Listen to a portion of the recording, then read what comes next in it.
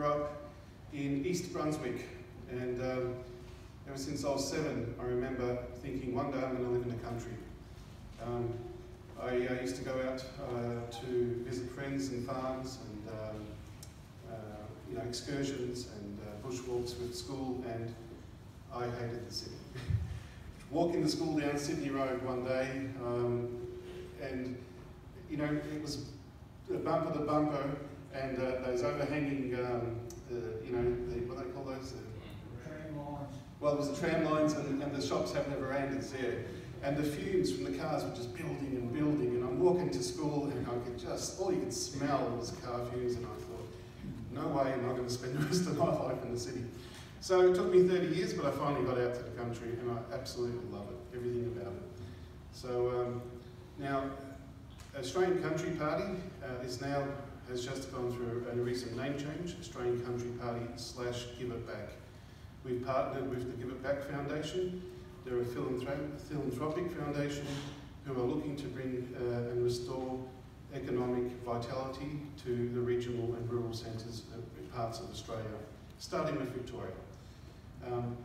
One of our initiatives, which you'll be hearing about very, very soon, is the Export Incubator, where we will be helping the smaller producers and farmers to actually take advantage of the 3 free trade agreements that our governments keep on signing and keep on working towards.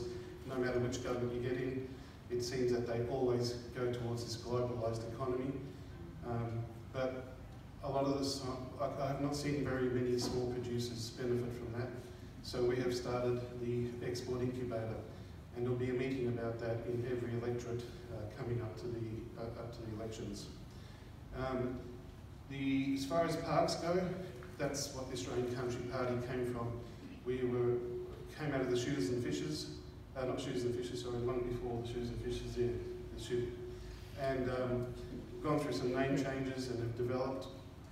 But no more parks is very, very much what we're about. That's our core issue, and access to farming. So it's not just the parks; it's all the land in Victoria.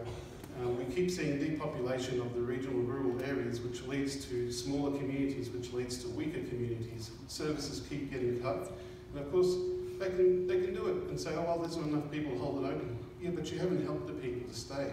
So what do you expect? If you don't provide the services, the people aren't going to stay. They're just going to get smaller. And we have recently seen what happens politically with that. You have country seats are abolished and city seats are created.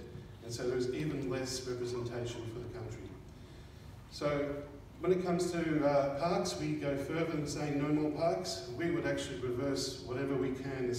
I know you can't do that for National Park, but maybe some of the reserves you can. So we would reverse those decisions. Some parks allow prospecting, some parks allow horse riding, some parks allow dog walking. We will do as much as we can to put pressure on Parks Victoria to relax the restrictions on what you can do in the parks, and definitely no more parks. I mean, there's more than enough. Further than that, we find that Parks Victoria seems to like to close tracks and parking areas and camping areas at the drop of a hat. Whatever, someone has vandalised a table, they close it, and 6 months later it's still closed. We have a policy that we won't allow them to make that decision. That decision is basically a deprivation of personal liberty of where you can and can't go on public land. So we see that as a magisterial decision to be made. So we will be they'll have to get a proper permit from the magistrate to close off areas for any period of time, and that will have to be reviewed after 12 months, and there will also be other conditions. So we're all about maintaining access and to the land, and including farming, obviously. Thanks, sir.